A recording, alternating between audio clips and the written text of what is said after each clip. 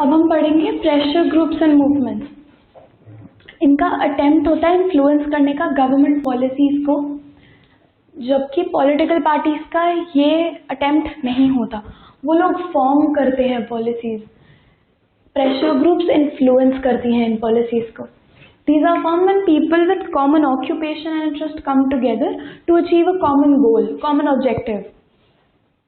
जब एक ऑक्यूपेशन के, एक इंटरेस्ट के, एक चीज में अग्री करने वाले लोग एक साथ आते हैं एक कॉमन ऑब्जेक्टिव अचीव करने के लिए, एक कॉमन डिसीजन लेने के लिए, एक कॉमन चीज के लिए लड़ने के लिए, तब बनती है एक pressure group. Movements influence politics without taking part directly. Political parties, politics, ये हमारे डिसीजन फॉर्म करता है, डायरेक्टली पार्टिसिपेट करता है, लेकिन मूवमेंट्स इनडायरेक्टली पार्टिसिपेट करती हैं। वो डिसीजंस बनाती नहीं है लेकिन चेंजेस लाने पे मजबूर करती हैं, इन्फ्लुएंस करती हैं। इनका डिसीजन ज़्यादा इनफॉर्मल और फ्लेक्सिबल होता है, चेंजेस हो सकते हैं, नेगोशिएशंस हो सकती हैं। ये मास पार्टिसिपेशन पे डिपेंड करते हैं। जितने ज़्यादा लोग, उतना पॉलिटिकल पार्टी के ऊपर, उतना गवर्नमेंट के ऊपर प्रेशर, उतना उस सर्टेन एसोसिएशन के जिसके खिलाफ वो लड़ रहे हैं उनके ऊपर प्रेशर ज़्यादा हो जाता है। तो मास पार्टिसिपेशन, जितना ज़्यादा पार्टिसिपेशन उतने चांसेस हैं सक्सेसफुल होने के। इसका एग्जाम्पल है नर्मदा बचाओ आंदोलन, राइट टू इंफॉर्मेशन एक्ट के लिए जब हम लोगों ने प्रोटेस्ट किया था, ये सब। तो प्रेशर ग्रुप्स एक अटेम्प्ट होता है इन्फ्लुएंस करने का गवर्नमेंट पॉलिसीज को, जबकि पॉलिटिकल पार्टी इन पॉलिसीज को फॉर्म करती है और प्रेशर ग्रुप्स इन इन्फ्लुएंस करते हैं। ये फॉर्म होते हैं जब एक कॉमन इंटरेस्ट के लोग, कॉमन ऑक्यूपेशन के लोग एक साथ आते हैं एक कॉमन ऑब्जेक्टिव अचीव करने के लिए। मूवमेंट्स पॉलिटिकल पार्टीज को इन्फ्लुएंस करती हैं बिना डायरेक्टली पार्ट लिए हुए, डायरेक्ट पार्ट लिए बिना वो पॉलिसीज को इन्फ्लुएंस कर पाती हैं, चेंजेस ला सकते हैं। इनका डिसीजन ज़्यादा इनफॉर्मल और फ्लेक्सिबल होता है, चेंजेस आ सकते हैं। ये डिपेंड करता है मास पार्टिसिपेशन में। जितनी ज़्यादा पार्टिसिपेशन होगी उतने ज़्यादा चांसेस है कि मूवमेंट सक्सेसफुल होगा। इसके बाद इसका सबसे बड़ा एग्जाम्पल है नर्मदा बचाओ आंदोलन और movement for right to information act. अब पढ़ते हैं सेक्शनल इंटरेस्ट ग्रुप्स। पहले हमने पढ़ा प्रेशर ग्रुप्स, अब पढ़ेंगे सेक्शनल ग्रुप्स। ये इंटरेस्ट एक पर्टिकुलर सेक्शन या एक ग्रुप के इंटरेस्ट के लिए काम करते हैं। इधर सेक्शन ऑफ सोसाइटी रिप्रेजेंट होता है as a section of employees, section of workers, एक पर्टिकुलर सेक्शन। इनका प्रिंसिपल कंसर्न होता है उनके जो मेंबर्स हैं, उनकी एसोसिएशन के मेंबर्स हैं, उनकी बेटरमेंट, उनका भला। ये रिप्रेजेंट करता है एक कॉमन इंटरेस्ट और कोई एक जनरल इंटरेस्ट। तो इसका एग्जाम्पल आ जाता है trade unions, business association.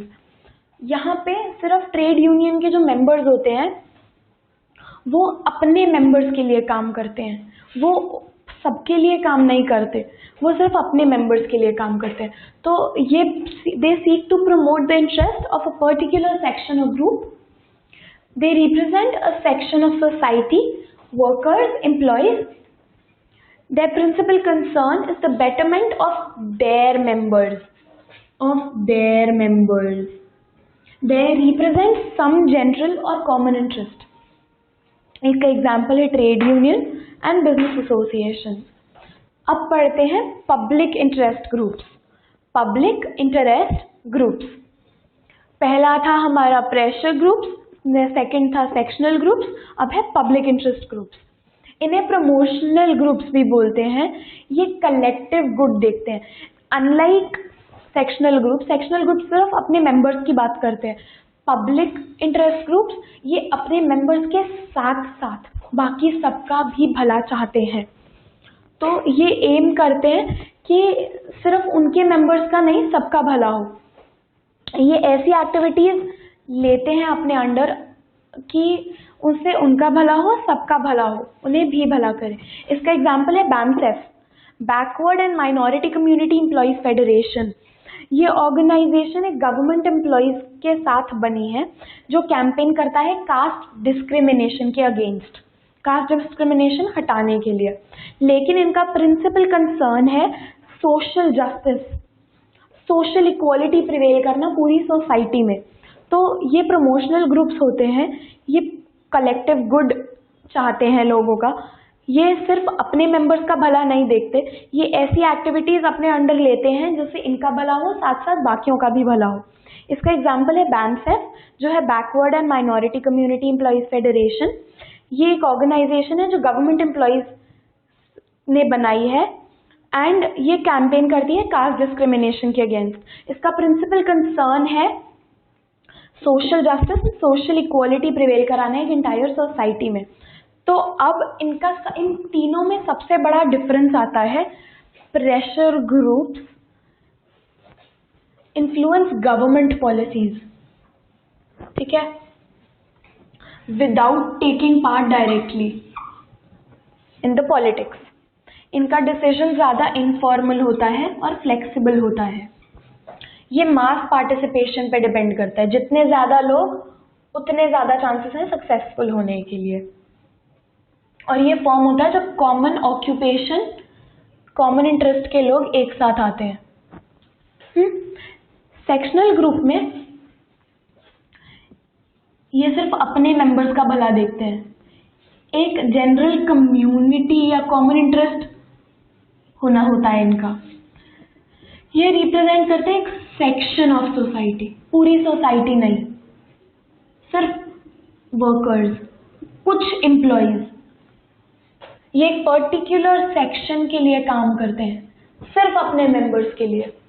Public interest group promote collective good, ये सबका भला चाहते हैं, इन्हें प्रमोशनल ग्रुप्स भी बोला जाता है।